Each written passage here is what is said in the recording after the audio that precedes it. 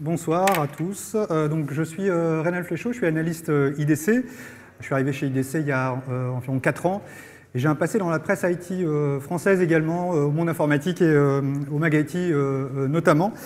Un petit mot sur IDC. Donc IDC, cabinet international. On est présent dans 110 pays dans le monde. Et on emploie environ 1200 analystes dans le monde, dont une équipe en France. Sachant qu'on est organisé aussi autour de plaques continentales, donc en l'occurrence pour nous la plaque européenne. Et ce que je voulais vous montrer aujourd'hui, c'est essentiellement des chiffres et des données qui sont issues de cette recherche européenne précisément. Donc on va voir un peu la synthèse d'IDC en matière d'automatisation de processus, le rôle qu'a pu jouer la pandémie de Covid dans la priorité, dans l'accélération des programmes des entreprises en la matière, le rôle des différentes technologies, dont le BPM, et les obstacles que rencontrent également les entreprises dans ce type de projet. Voilà, peut-être un petit rappel d'abord pour vous dire que simplement cette époque-ci s'inscrit dans l'histoire de l'informatique. Hein. Chaque période de l'informatique a connu sa plateforme phare qui visait à répondre aux problèmes les plus importants de l'époque, en tout cas ceux qui étaient jugés comme tels. On se situe bien dans cette progression. Aujourd'hui, ce qui est sur le devant de la scène, c'est ce qu'on appelle donc les plateformes digitales, qui concernent, contrairement à une idée qui a pu circuler sur le marché, qui ne concerne pas seulement la façon dont les entreprises interagissent avec leurs clients. Il ne s'agit pas donc seulement d'interface web ou mobile pour les clients, mais aussi de numérisation des opérations. Ce qu'on constate chez IDC, c'est que le problème majeur que rencontrent aujourd'hui les entreprises réside bien dans le pilotage efficace de leurs opérations. Ça, c'est le premier point. La deuxième chose, et c'est ce qu'on voit dans cette boîte verte, c'est qu'il ne s'agit pas seulement d'automatiser. Ça, c'est un des aspects de ces plateformes digitales, mais que l'automatisation n'est qu'une partie de ce que font ces plateformes. L'autre partie concerne les données, l'observation de ces données et la compréhension des phénomènes à l'œuvre. On pourrait faire un parallèle, par exemple, avec Google Analytics. Hein, lorsque vous hébergez un site web et que vous faites votre analyse de trafic sur ce type d'outil, Google Analytics ou un autre, on peut voir en temps réel ou en temps quasi réel où sont les gens sur le site, comment ils se déplacent, qu'est-ce qu'ils trouvent facile dans votre site en matière de navigation, où est-ce qu'ils bloquent, où est-ce qu'ils s'enlisent également. Et vous pouvez utiliser ces informations, évidemment, pour améliorer la navigation et innover. C'est là tout l'intérêt de la numérisation. Et lorsque vous reprenez maintenant vos opérations commerciales internes, hein, qu'on parle de services clientèle, de facturation, d'accueil, de gestion des plaintes ou de l'approvisionnement, on est sur la même logique. La numérisation consiste à automatiser les tâches et les processus, mais aussi à comprendre le fonctionnement de ces processus et le comportement des clients face à ceux-ci. Et bien sûr, à utiliser ces informations pour améliorer et transformer l'existant.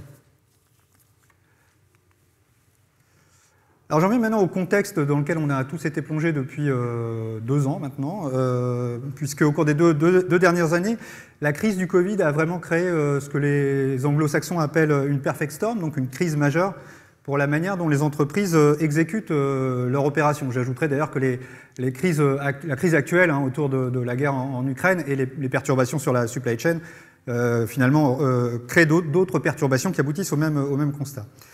Chez IDC, ce qu'on constate, c'est qu'une bonne partie des entreprises connaissent de vrais problèmes avec leur transformation numérique, car la plupart des organisations ont commencé cette transformation par l'interface client, en pensant que ça serait suffisant, donc l'interface client, le site web, l'application mobile, comme on le disait auparavant.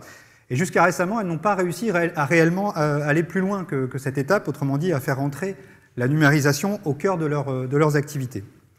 Et ça a créé toute une série de problèmes qui se sont cristallisés, matérialisés durant la crise du Covid, où les organisations ont été mises à rude épreuve, puisque leur mode de fonctionnement, leur façon de prendre des décisions ne fonctionnait plus vraiment dans un environnement en forte perturbation et où les gens ne venaient pas travailler comme elles en avaient l'habitude.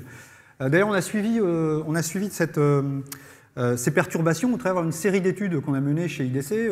Chaque mois, on interrogeait les entreprises dans le monde et aussi donc en Europe sur comment elles utilisaient la technologie finalement pour répondre aux défis qui leur étaient posés et puis comment leurs priorités changeaient.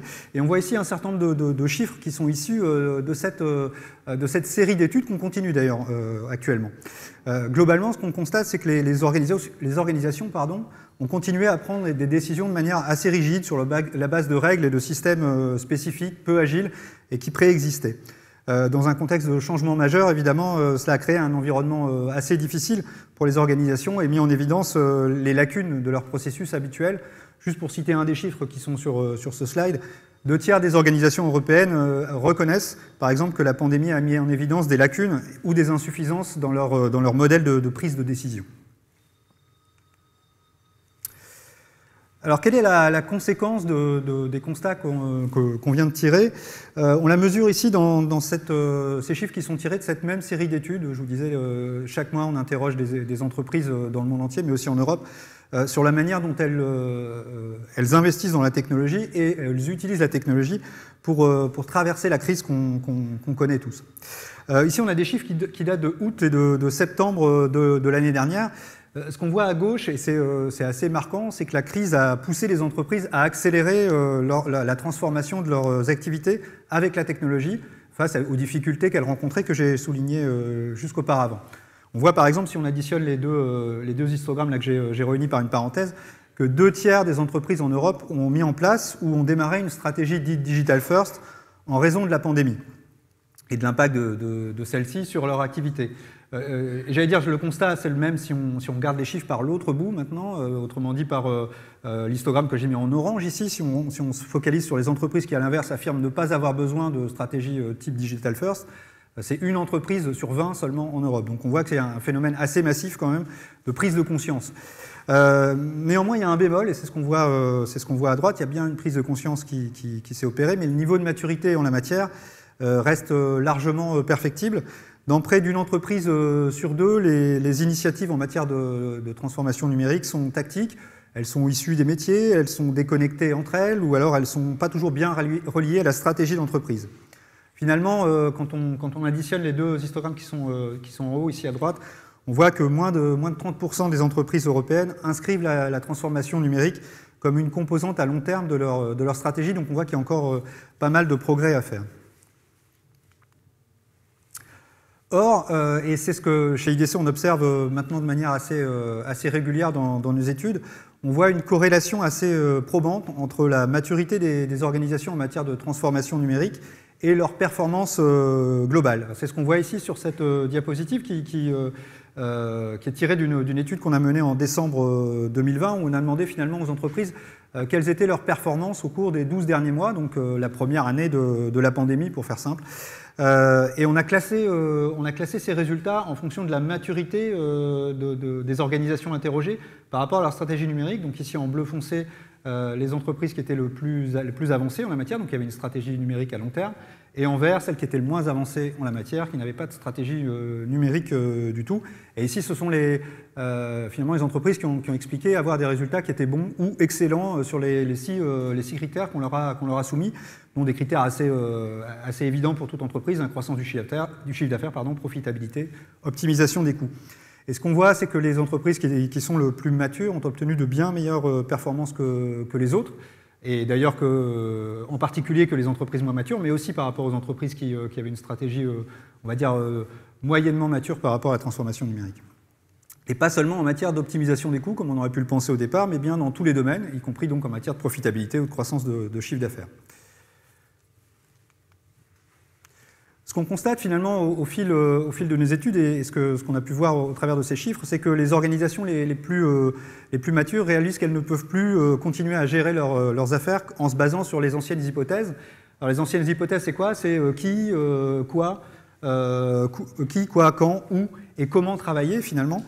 Par exemple, on peut plus se baser sur une hypothèse suivante. Thierry, alors Thierry, il se trouve que c'est mon chef, doit être dans tel bureau à tel moment particulier pour utiliser tel système de telle manière spécifique afin de faire avancer le processus X ou Y. On doit trouver un moyen de rompre ces liens qui existent dans toutes les entreprises entre les personnes, les systèmes, les moments et les lieux.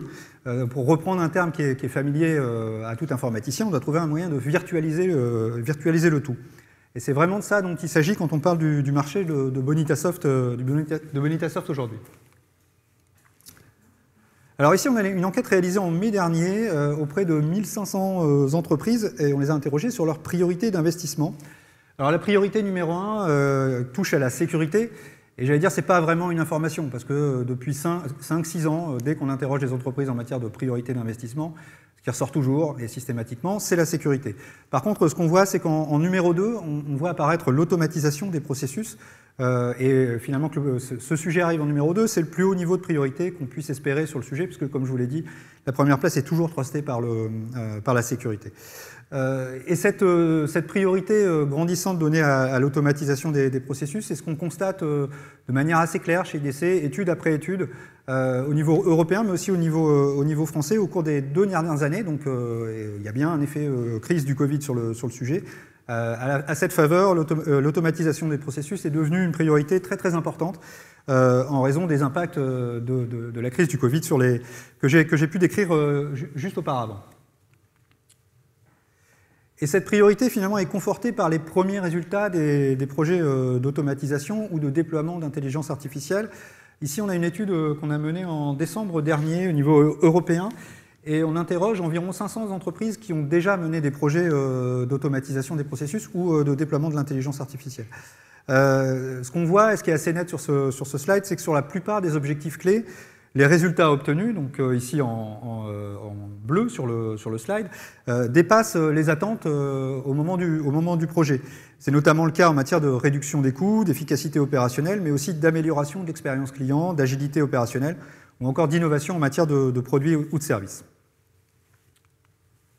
Donc finalement, on a un paysage assez clair, si on se fie aux études qu'on peut mener. On a un intérêt évident des décideurs et des entreprises pour l'automatisation des processus. On l'a vu, c'est une priorité très importante.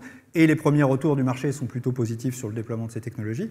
On a une prise de conscience qu'il faut changer la façon dont les entreprises fonctionnent, prise de conscience qui a été accélérée par la crise du Covid. On pourrait se dire finalement c'est une excellente occasion d'utiliser la technologie pour apporter des changements. Mais quand on discute avec les entreprises chez IDC, on s'aperçoit qu'elles sont quelque peu désorientées face au marché, selon la personne à laquelle elles s'adressent. Quand je parle de personne, je parle en l'occurrence du fournisseur, donc le fournisseur X ou le fournisseur Y. Elles obtiennent des réponses assez différentes sur la manière de réaliser ces changements, sur le comment automatiser finalement, qui est évidemment un point clé. C'est comme si, c'est pour ça qu'on a choisi cette image, c'est comme si les décideurs avaient tous ces interrupteurs devant eux, un grand tableau de bord avec toutes ces technologies différentes, donc elles peuvent actionner, mais en fonction du fournisseur auquel elles parlent, elles obtiennent des réponses différentes. Alors la réponse est tantôt le RPA, pour se citer une technologie dont on a beaucoup parlé, tantôt la gestion des services, etc., etc. Or, toutes ces réponses ne peuvent pas être correctes ou adaptées à toutes les situations. Je reviens sur l'enquête qu'on a menée au niveau européen à la fin de l'année dernière. Je rappelle, on a interrogé des organisations qui avaient déjà déployé des projets d'automatisation ou d'IA.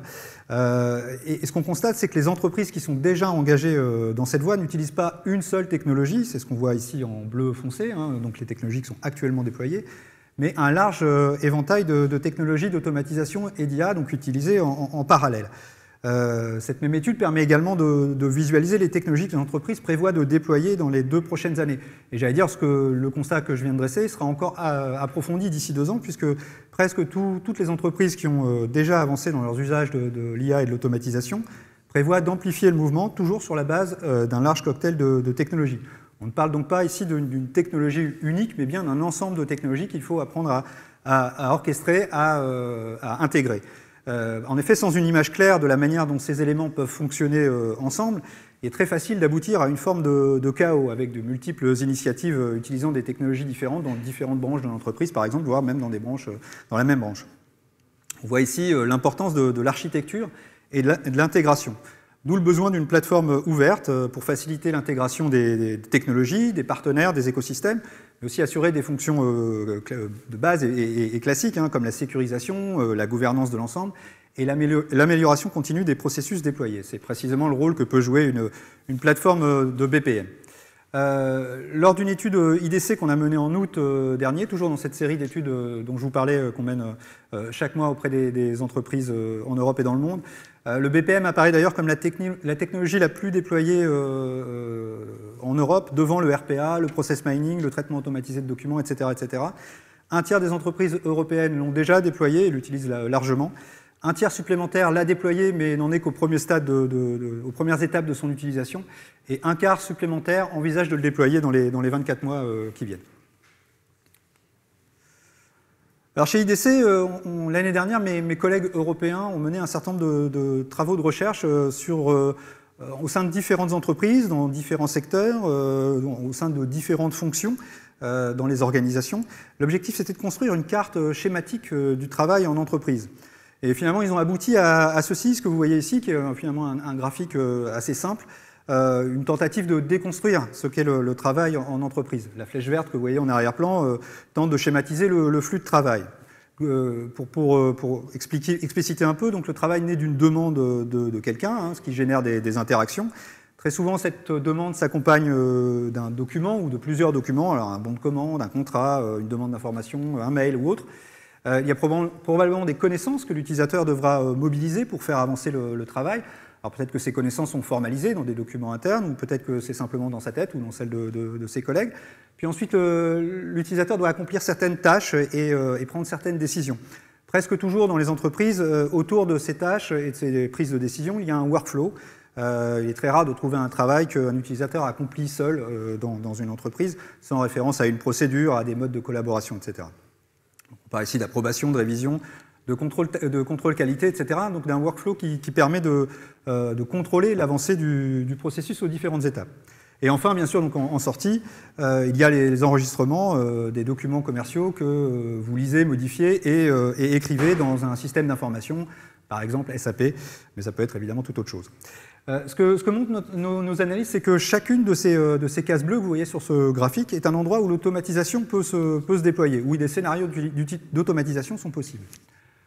Ce qu'on constate également, c'est que la façon dont le travail évolue, et ce qu'on a tenté ici de représenter avec la flèche saumon, plus ou moins, qui entoure le graphique, c'est que la façon dont le travail évolue élargit aussi le nombre de cibles possibles pour l'automatisation.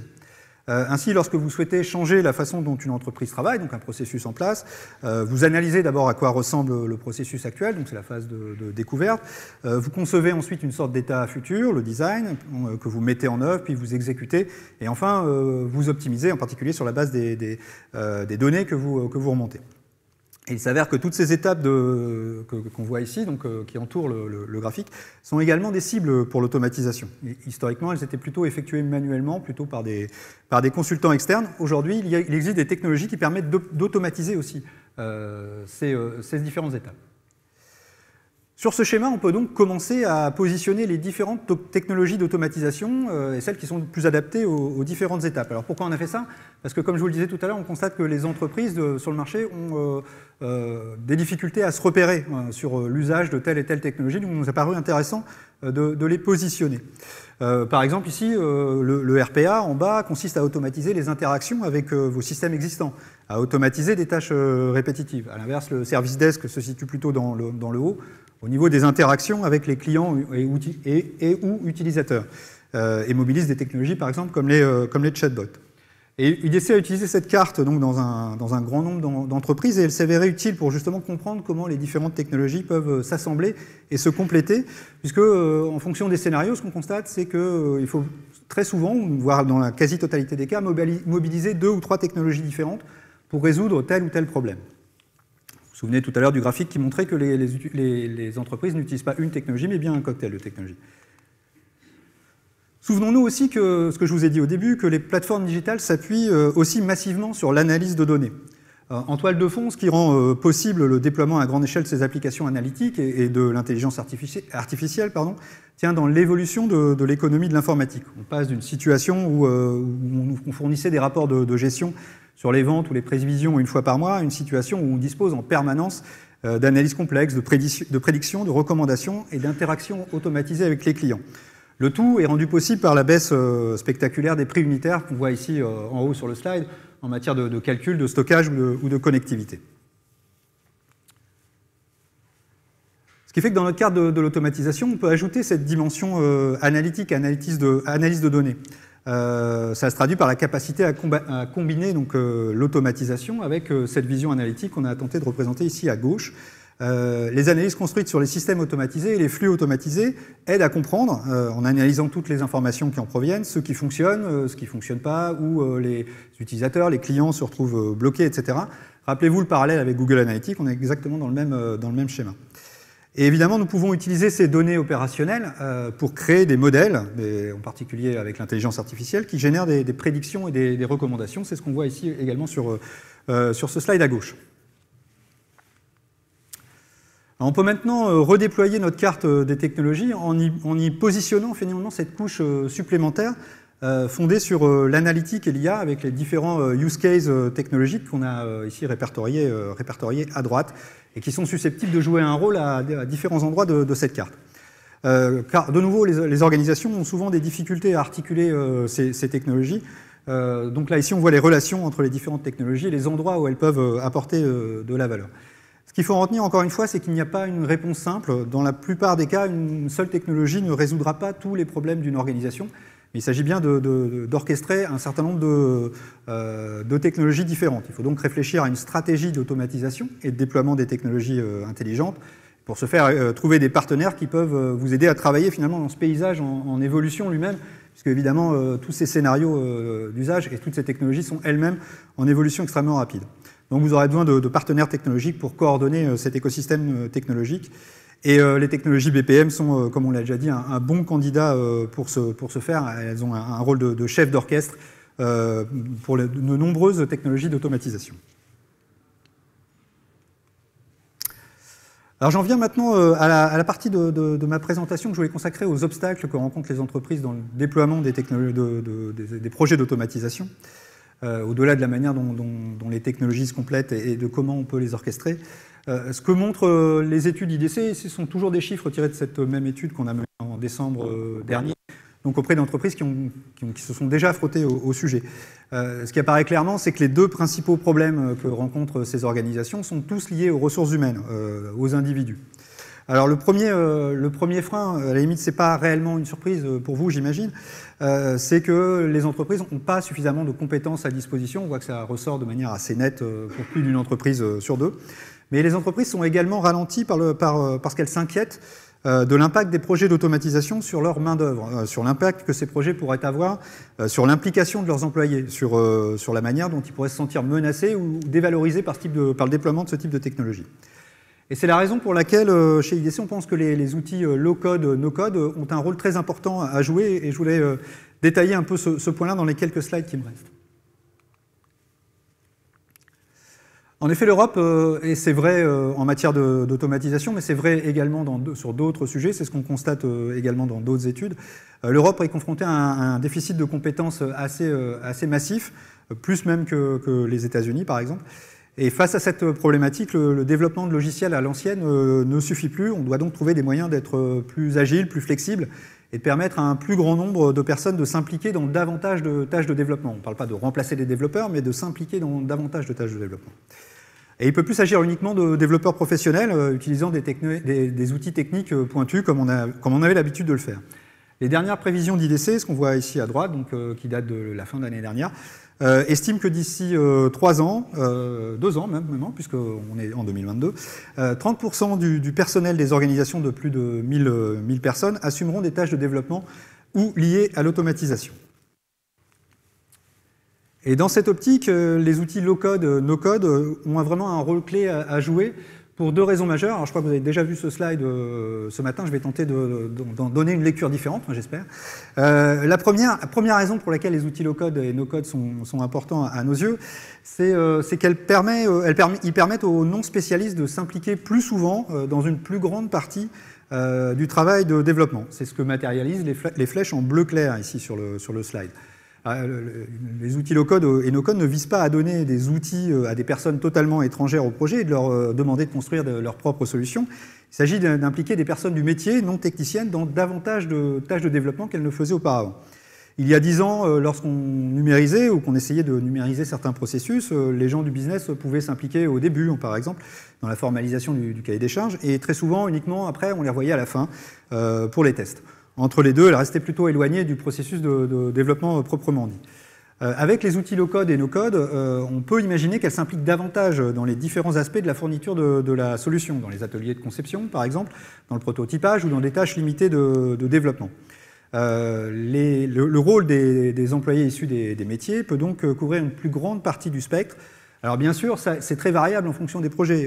Pour certaines tâches très techniques, ou certaines applications vraiment complexes, c'est ce qu'on voit ici en haut sur la barre des ordonnées, leur intervention restera limitée. Mais pour les solutions plus simples, qu'on voit ici en bas sur le graphique, les personnes du métier peuvent s'impliquer sur presque toutes les tâches, et même si elles ne feront pas tout elles-mêmes, mais elles seront impliquées. Alors ça, c'est le premier résultat important, le premier bénéfice important des outils low-code, no-code. Pourquoi? Parce que ça signifie qu'une entreprise peut répartir ses ressources techniques, donc ses vrais développeurs, de manière plus fine.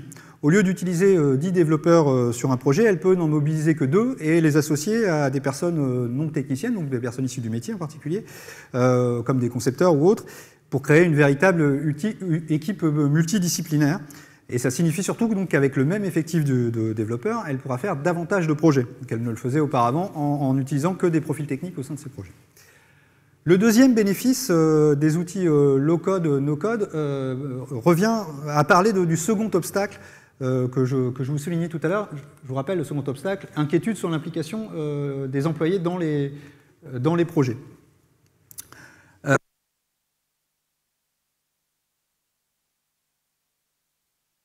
Assez prégnant dans les entreprises, et l'implication des salariés issus des métiers dans les tâches de développement peut changer cet état de fait.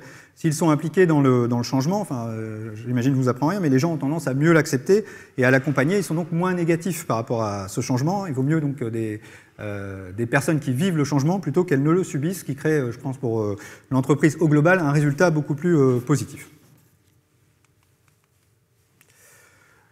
Voilà, j'en arrive au bout de cette présentation. Trois messages clés en conclusion.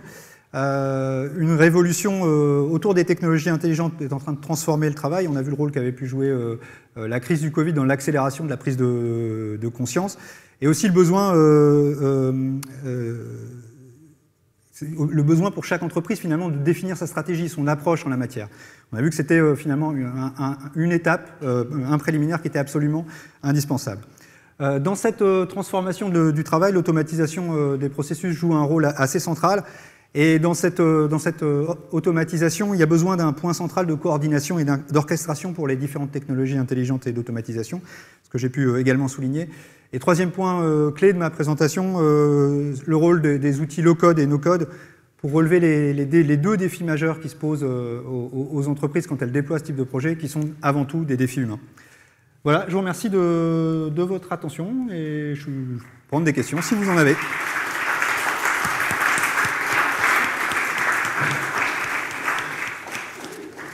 Oui, vous avez consacré dès le départ au sujet de digitalisation des processus.